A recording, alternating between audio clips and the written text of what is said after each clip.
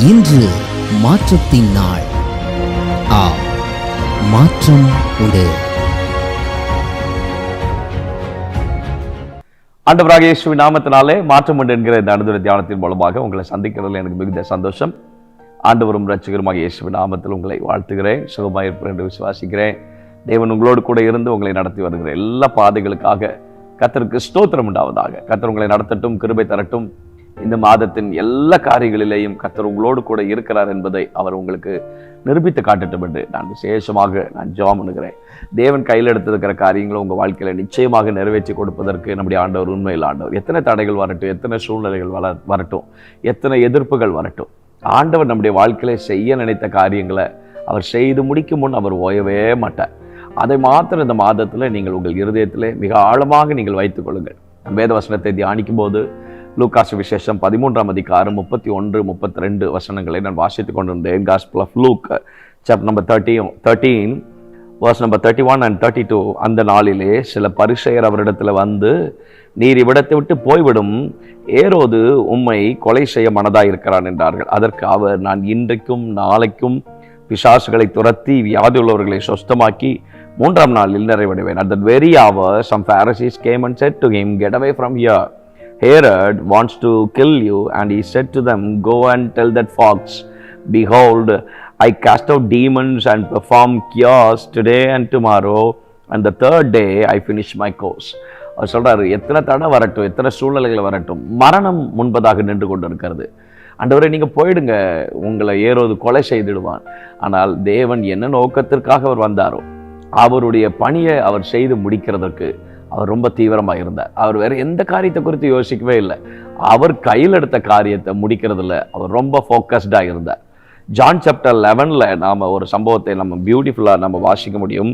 41ஆம் வசனத்தில் ஆண்டவர் அழகாக அதில் எழுதி வைக்கிறாரு. John chapter 11 verse number 41.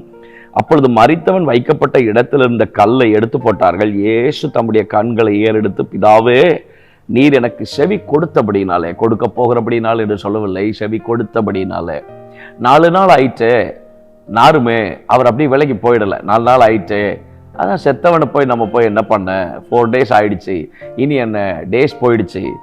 கானா ஒரு கல்யாணத்துக்கு ஆண்டவர் ரொம்ப சீக்கிரமா வந்தாரு, பெத்தானியாவுக்கு கொஞ்சம் தாமதமா வராரு. ஆனால் நான் ஒரு காரியத்தை விசுவாசிக்கிறேன், அவர் எப்போ வந்தாலும் அற்புதம் நிச்சயம். அவர் எப்போ உங்களுடைய வாழ்க்கையில வந்தாலும் அற்புதம் நிச்சயம். அவர் வந்தால் மட்டும் போதும், அவர் நம்மை சந்தித்தால் போதும், அவர் நம்மை தொட்டால் போதும், அவருடைய கிரியை நடந்தால் போதும், அவருடைய ஆமென் ஸ்தோத்திரம், அவர் செய்ய விரும்புகிற காரியங்களுக்கு நாம் அவரிடத்துல விட்டு கொடுக்கும் போது நேர காலங்கள் எத்தனை சூழ்நிலைகள் மாறினாலும் கர்த்தர் செய்ய வேண்டிய காரியத்தை கர்த்தர் செய்து முடிப்பார். அவர் சொல்றார், ஆண்டவரே, நீர் எனக்கு செவி கொடுத்தபடினாலே, காலங்கள் மாறிடுச்சு, நாட்கள் போயிடுச்சு, நாற்றமெடுத்த சூழ்நிலை, உலகத்தின் பார்வையில அவைகள் சாத்தியமே இல்லாத ஒரு காரியம். ஆனால் அந்த காரியத்தில் கர்த்தர் விலகி போகல. இந்த காரியத்தில் சோர்ந்து போய் அவர் அப்படியே அமர்ந்து விடலை.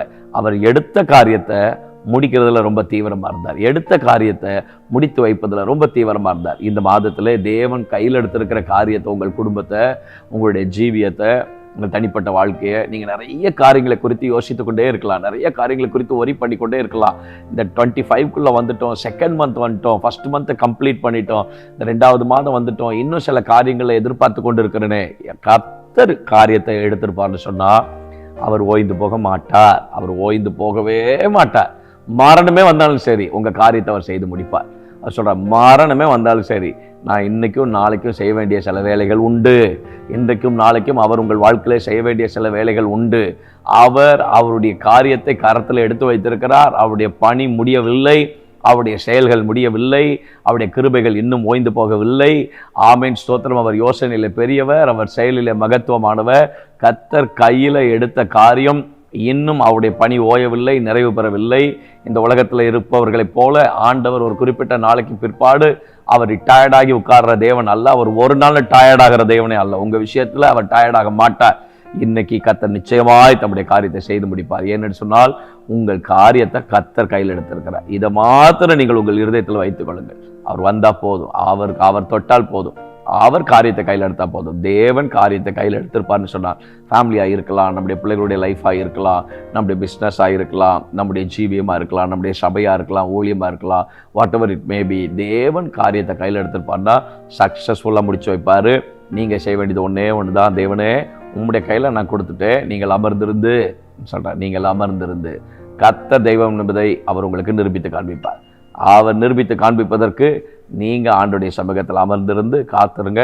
கர்த்தருடைய கிரியைகளை நிச்சயமாய் காண்பதற்கு ஆண்டவர் அனுக்கிரகம் செய்வார். தேவனே, ஆண்டவரே, நீர் உம்முடைய கரங்களிலே எங்களுடைய வாழ்க்கையை, எங்களுடைய ஜீவியத்தை நீர் கரத்தில் வைத்திருக்கிறீர். அதை நாங்கள் ரொம்ப ஆழமாக நாங்கள் விசுவாசிக்கிறோம். நாங்கள் உம்முடைய கையில் இருக்கிறோம்.